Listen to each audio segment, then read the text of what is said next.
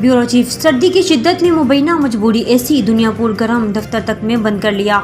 मातहत अमला से खुशगपियों में मसरूफ माफिया से मुबैना गठजोड़। किसान खाद अवाम अशिया खुर्दनोश के लिए परेशान।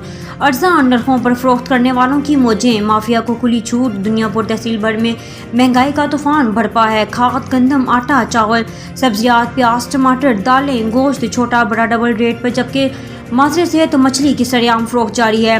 गैस लोड शेडिंग के बायस जलाने वाली लकड़ी महंगी मिलती है। अवाम की इस निगरान हुकूमत से कोई अफसर भी नहीं सुनता।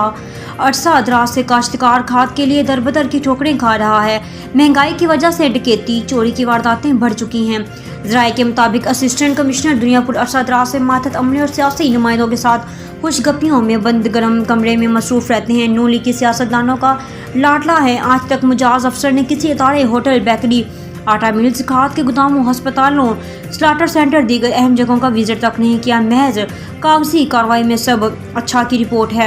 असिस्टेंट कमिश्नर समेत अमले का रवैया भी मुबैना तौर पर सख्त है, जिससे साइलेंट में बेचैनी पाई जा रही है। समाजी हलकों शहरियों ने निगरान वज़ीर आला Punjab, secretary revenue Punjab, commissioner Multan से अपील की है कि वो हक़ाइक़ का नोटिस लें।